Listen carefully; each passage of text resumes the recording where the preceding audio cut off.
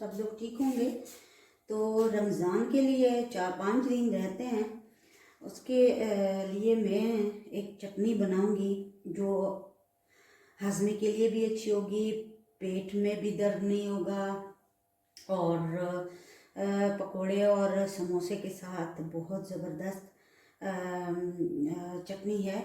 क्योंकि रमज़ान में पेट फिर भारी हो जाता है, थोड़ा सा खाना खाने के बाद भी इंसान अजीब सा महसूस, बेचैनी सी महसूस होती है ना। तो उसके लिए मैं एक ज़बरदस्त चटनी लेके आई हूँ।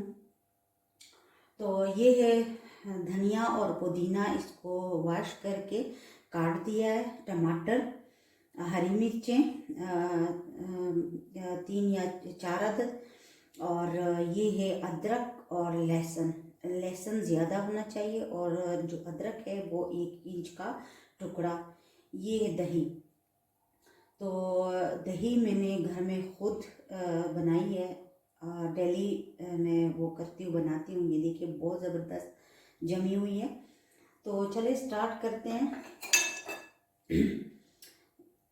थोड़ा सा मैंने इससे पहले दही लेना है, बाद में और भी ऐड करूँगी। ये देखें, ताकि जो ग्राइंडर है वो आसानी से चल सके।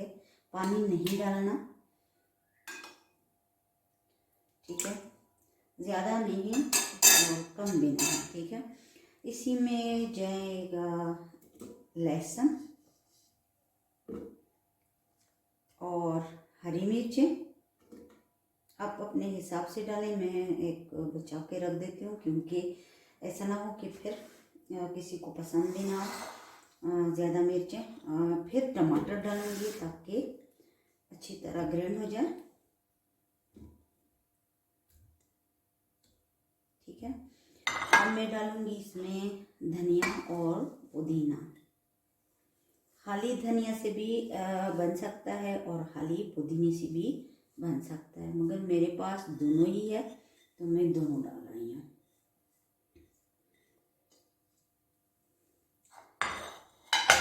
आप इसको दही के बगैर भी थोड़ा सा पानी इसमें ऐड करके दही के बगैर भी बना सकते हो और 3-4 दिन तक स्टोर करके रख सकते हो। तो ये देखिए ग्राइंड कर ली है सारी चीज़ें। अब मैं इसमें डालूंगी। इसका कलर देखिए बहुत ज़बरदस्त कलर आया है।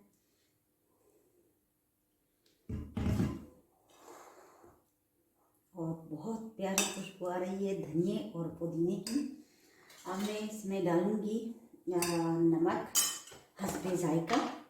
पहले मैंने नहीं डाली, ग्राइंडर में भी आप लोग डाल सकते हो, ठीक है। और मैंने यहाँ डाल दी। अच्छी तरह मिक्स करेंगे।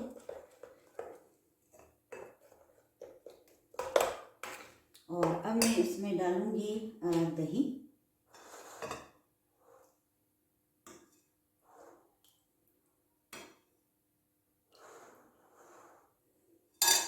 इसको भी अच्छी तरह मिक्स करूंगी।